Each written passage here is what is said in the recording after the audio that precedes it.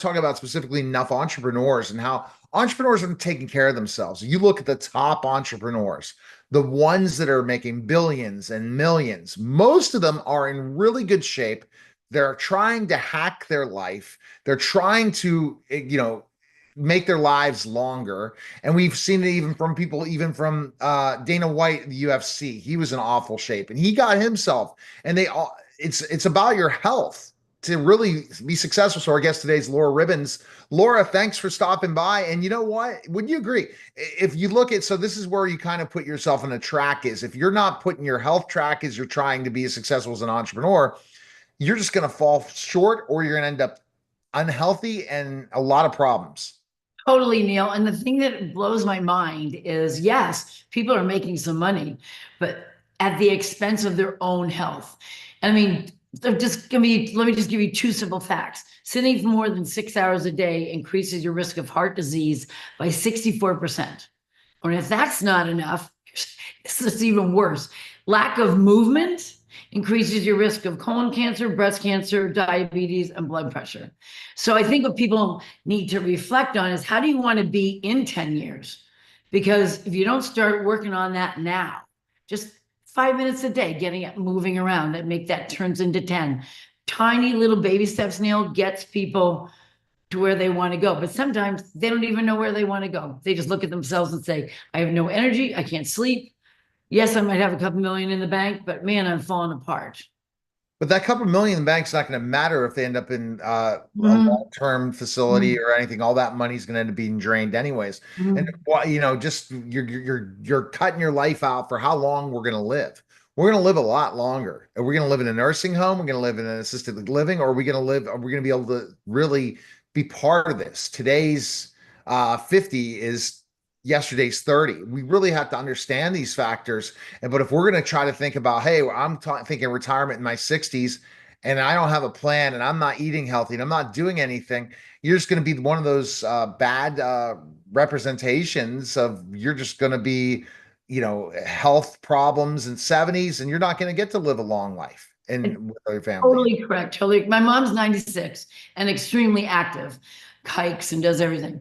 But she's living like she's 66 or 76. She eats well, she has a regimen, she does every day with her routine. And like our business, Neil, if you're gonna be out there working your business, your consistency is that's what gets you there. You know, the fortune and the follow-up and all that. However, if you're not consistent with taking those steps towards good health, longevity, it's not going to work for your health. So simple steps can happen. Simple, simple, simple. And we're going to see the health industry change a lot more to look at specifically, are we really taking care of ourselves when we go to the doctors?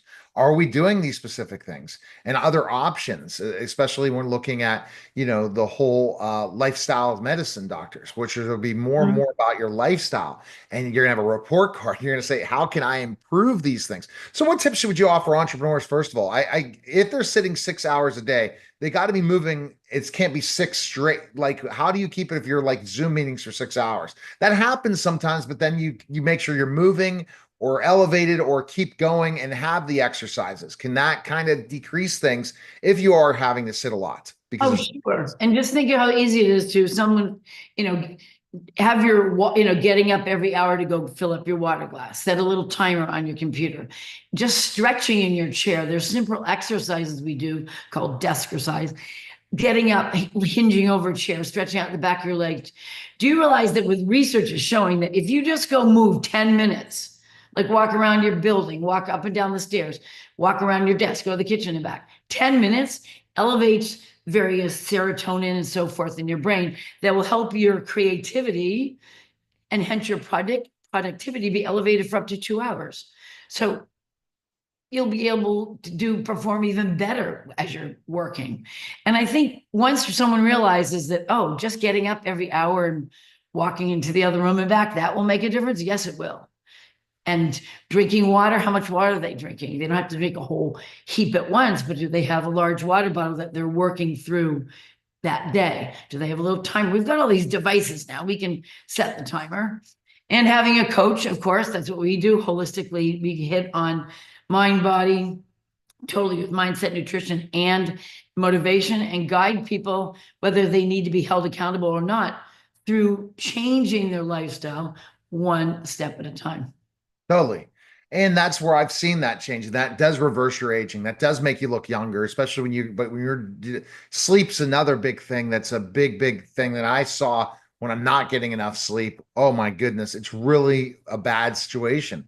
And the entrepreneurs aren't getting a lot of sleep sometimes either. No. And as I look at your energy, I'm sure the same thing happens to you that happens to me. People come up and go, Laura, what are you taking? I want to take whatever you're taking because you always seem to be full of energy. Well, I think I have one client right now who just started taking the stairs, who couldn't go up the stairs to her office.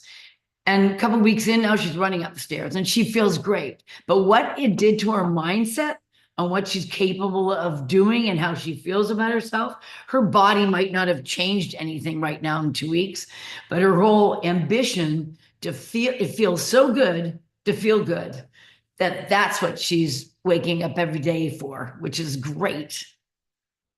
And the key thing is if you're not taking care of yourself, this is the big thing. As I said, look at the most successful people, the most successful entrepreneurs. Most of them are really taking care of their health. Most of them have everything in place.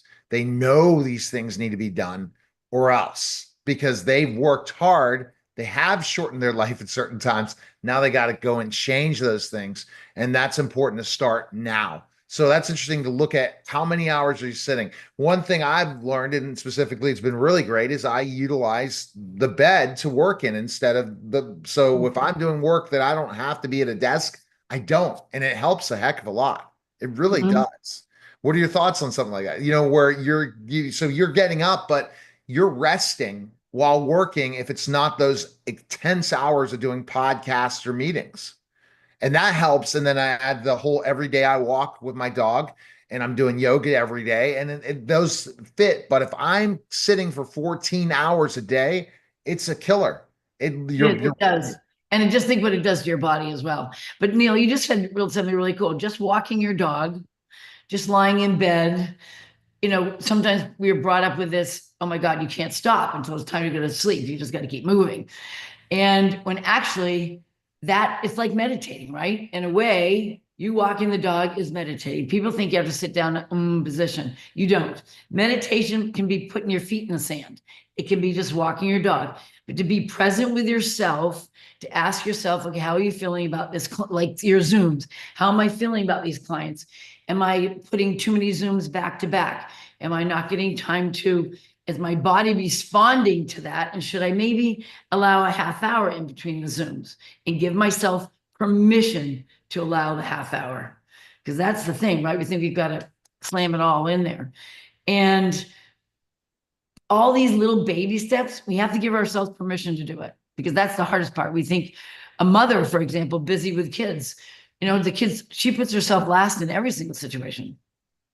Yeah, and that's killing her And there's because nothing wrong killing in her going in the health-wise. bathroom. And Right. then that ends up 10 years later that they're in health issues and all these Uh-huh. concerns, diabetes, all these different things. So if somebody is looking to learn from you, what can they do? What you're offering our listeners and viewers a special offer. Tell us about it. For sure. For your listeners, especially, I just love so much all the messages that you send. And if they go to successwithlaura.com, there is a button there to press to put together, jump on a call with me, free, just so we can look at their individual journey. Where do they think they need to go? Because everyone is different, Neil. For you, the walking dog, the yoga, you know what you need to make your body give you what you need today. It's like it's like taking the first step walking. Many people are out there like, I don't even know where to begin. And that is so frustrating. That's why I'm not doing it. So through a call, we can easily vent through, look at what their blueprint is and say, okay, what about this? Will this work? And then go from there. Excellent. Well, we appreciate it. Thanks again. And everyone needs to check it out, Laura. And thanks for coming on the show. Thank you, Neil. You're listening and watching.